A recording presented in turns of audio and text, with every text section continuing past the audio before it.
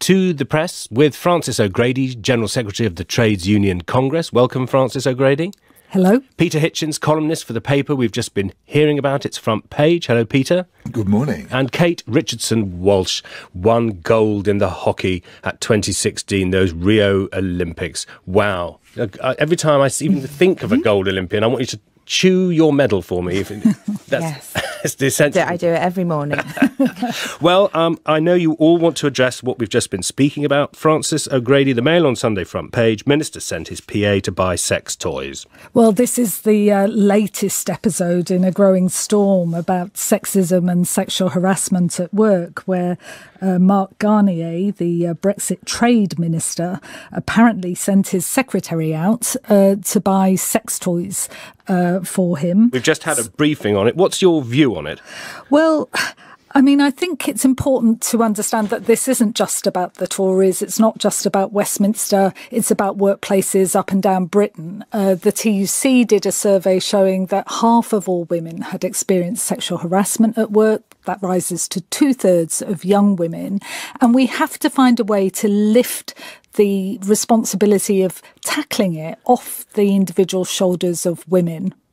Well, speaking as a Victorian and a prude, I am absolutely overwhelmed with joy to see that feminism has finally realised that all this has gone too far.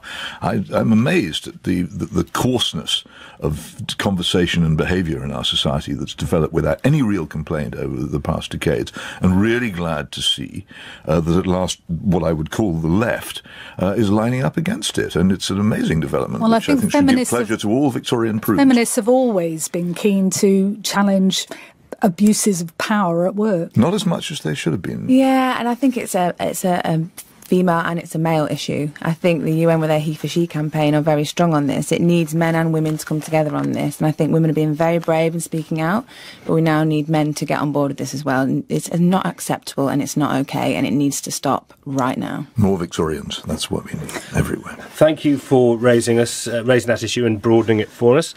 Kate Richardson-Walsh, anywhere you like. It could be linked, I think it is. On the Gove, yeah, Observer. I've got the Observer. So Gove says sorry for Weinstein joke that trivialised sex assault. Very similar topic, and just trivialising, making you know. I think James Corden went on recently and made a joke of it. This is not funny. And particularly Michael Gove, he's not a comedian. He's not being paid to crack jokes. Maybe in his spare time, but he's there to represent the people, and the people find this shocking and wrong, and he needs to stand up for that and say that. But should people be made to apologise for bad jokes? If that happened, where would we be? There'd be no end to it.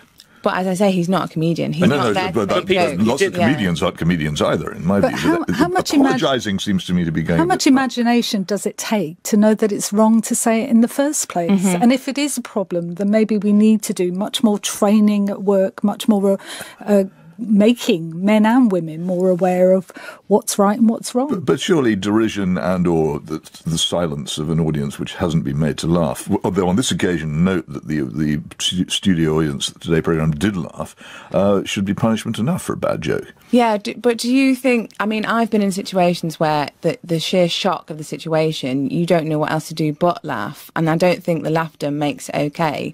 And I really feel that this was a pre-considered joke that went horribly wrong. Well, perhaps the audience should be made to apologise for laughing. He did apologise unreservedly. You've given us your views on it. Let's change the subject. So, Peter Hitchens, to what? Well, I want to draw attention to a story in the Mail on Sunday about Jihadi Jack, this unfortunate child, in my view, who is obviously a very troubled person who's ended up in the Middle East and now is in a Kurdish prison, while his parents back in Oxford, my hometown, are being threatened with prosecution for sending money to him. The whole thing seems to me to be a tragedy rather than an incident of someone genuinely trying to become a terrorist. And if you read his as the Mail on Sunday describes them, anguished messages to his parents that he's been sending from his cell under Kurdish guard. You can see here there's somebody who needs assistance rather than prosecution. And I just think that Foreign Secretary Johnson, seeing this, really ought to take a look at the way in which British foreign policy has been addressing this case. It seems to me to be unjust. OK, and Kate Richardson-Walsh, you've got a Sportswomen of the Year from the Sunday Times. Yeah, there's a 4-page spread, 4 whole pages dedicated to female sport in the Sunday Times, which is unheard of. Unfortunately, it's a once-in-a-year opportunity because they had their awards this week, which is fabulous. But as we know, only 2% of national newspaper coverage is on female sport. And I get told time and time again that we don't have female sport in the papers because there are no stories, there's no interest. There absolutely is interest. 9 million people tuned into our final in Rio. People want to read about it, they want to watch it. So let's get more of it. And do you want to give us a little portrait of one sportswoman of the year? Yeah, Elise Christie won the main award. Speed track skater, just an incredible woman who has gone through some very difficult times in her career, death threats after Sochi, and has been absolutely consummate professional and come back strong, and we'll see her in Pyeongchang next year, hopefully winning more medals. Thank you for pointing us. What's her name again? Elise Christie. You heard it twice here if you didn't already know it. So, Frances O'Grady, you can take us into the Huffington Post online or the Observer front page. It's up to you. Huffington Post, concentrating on universal credit, a troubled programme, as we know, with lots of people now calling for the government to pause the rollout of universal credit. First of all, there was that 55 pence a minute phone line for help. Then there was the 6-week wait with people going to food banks and loan sharks. There was. And what does this article say? Now this one is about the minimum income floor of over £1,000. That means that many low-paid self-employed people are missing out and being told that they would be better off going on the dole, which seems extraordinary for a benefit that was supposed to be all about making work pay. The shock advice emerged as thousands of sole traders, from window cleaners to hairdressers and others, moved onto the flagship programme to receive their entitlements, the in-work tax credits. The whole thing is the most incredible mess. I can't see why the government doesn't reverse its policy and get out of it very quickly. Everyone makes the comparison with the poll tax. I think it may even be worse.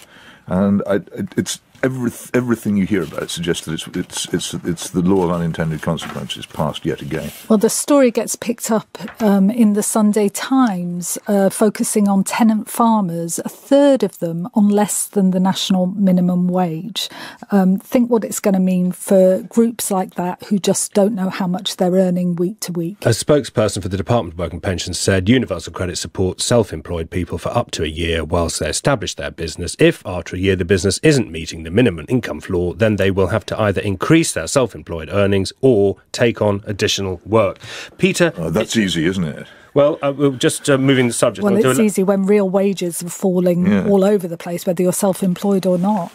Peter, just if you want to talk to us about Christopher Booker in the Sunday Telegraph. Well, I think it's an extraordinary thing that people should notice more. Christopher Booker has been one of the longest-standing opponents of EU membership in the country. Wrote the book, The Great Deception, about the reasons for leaving the EU. And he is furiously criticising the Brexit campaigners and their blindness to the dangers they're running in his column, and calling for the Norway option of remaining within the European Economic Area. And it seems to me to be amazing that a commentator with this track record has fallen out so much with what I think he would describe as the crude Brexiteers.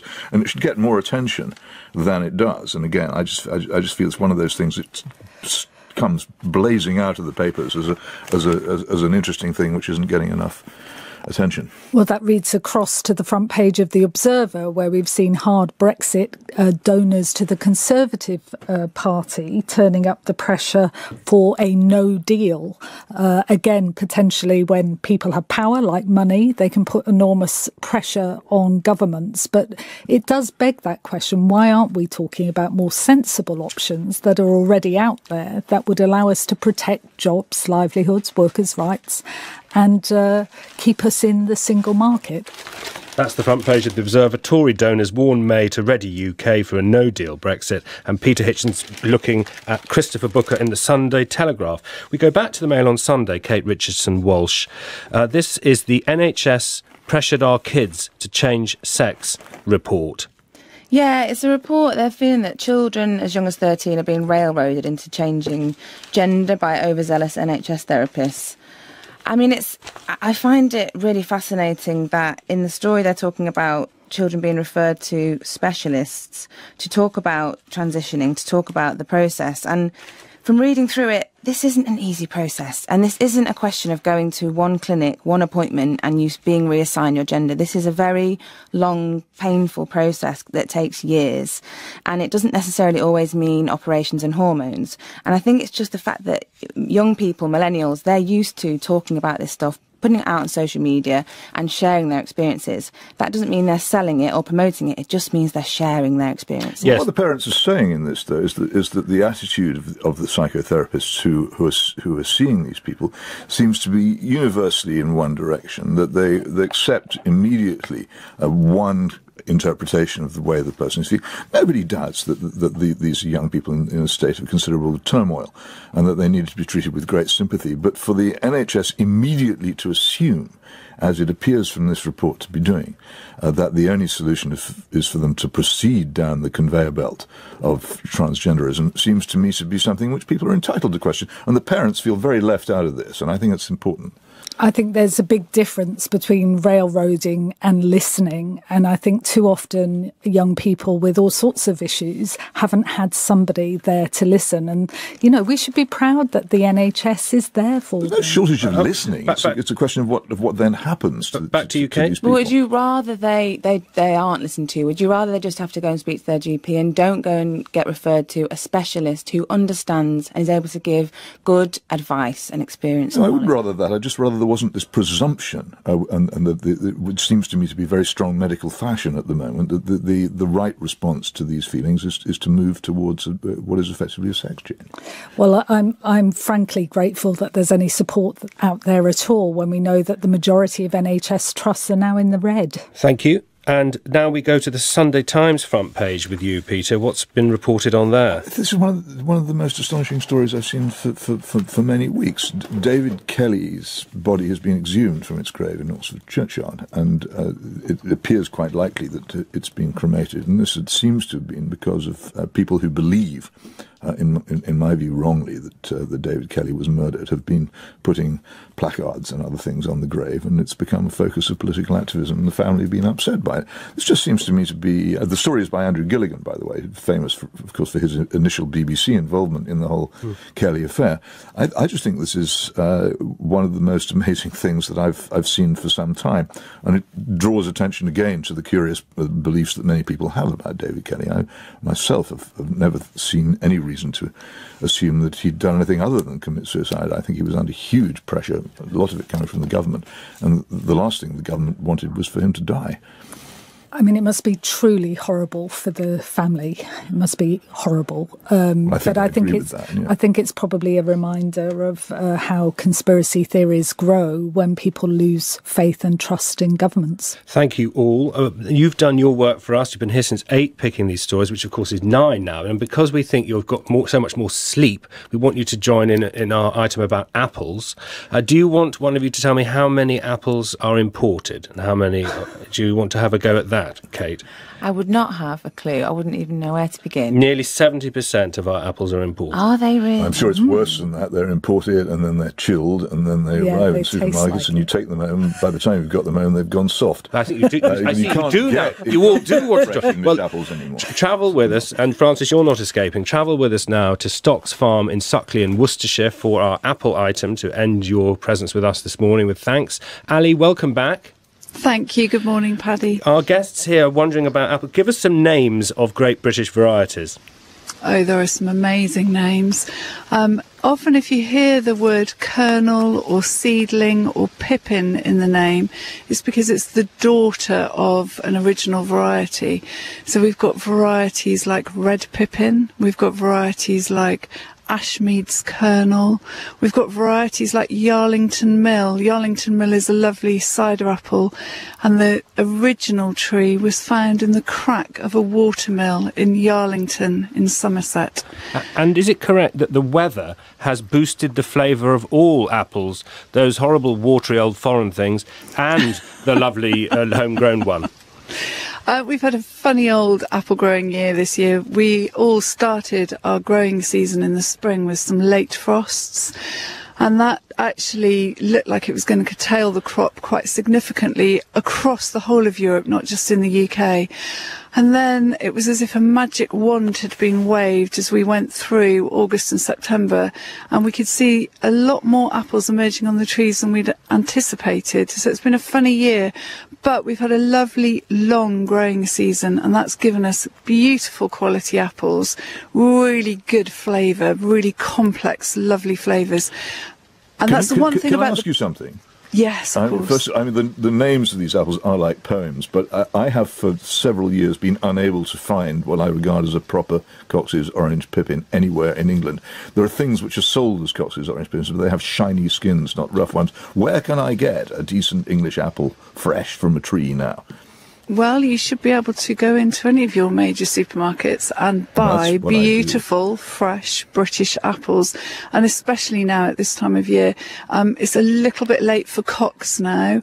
A nice apple which is related to Cox is Red Windsor, which is something which we grow here. It was actually discovered in our village, so perfect. And Ali, British apple. Ali, here's Francis O'Grady of the TUC with an apple question. I've got a question. Which Yes, makes Francis. the best cider, Kent or Somerset apples? I would have to say Herefordshire and Worcestershire apples. And firstly, we don't grow many cider apples in Kent. The big cider growing areas in the UK are Somerset, but 70% of cider apples are grown in Herefordshire and Worcestershire. And for my money, the best variety would be Dabinet. And Francis, do you ask that because you are a cider drinker? I am a connoisseur. And it can be very strong cider, I notice, myself in my own investigations. But I wonder if we go to you, Kate, you can have an apple question as an Olympian. Health? Do you want to, I mean, do you munch an apple a day to keep winning gold medals in Rio? Apples, we often have an apple as part of our recovery strategy. I was given some Suffolk cider, actually, this week as a gift for doing some coaching, as you do. So, yeah, I'm going to... maybe send you a bottle. Don't investigate it too hard. And then just controversially for me, I've always thought that if I had a choice between an apple and an onion, I might actually choose an onion because it's a bit more versatile, Ali. Do you think that's an awful thing to say to an apple grower? No, not at all. I think both are very versatile, actually, and indeed can be used together in certain dishes. I think the great thing about an apple is, unlike a big round onion, you can eat an apple raw and enjoy it. With your onion, you really need to cook it. You can do both with an apple. Sinking your teeth into an onion on a crisp autumn morning isn't really very attractive, is it? Well, look, thank you for cheering us all up. We know the news is grim, and thank you all very much for taking part. We had the news review with Francis O'Grady, Peter Hitchens and Kate Richardson-Walsh, and then we asked them to join our Apple item for reasons that we've long ago forgotten. You didn't frankly have the balls to put country before party.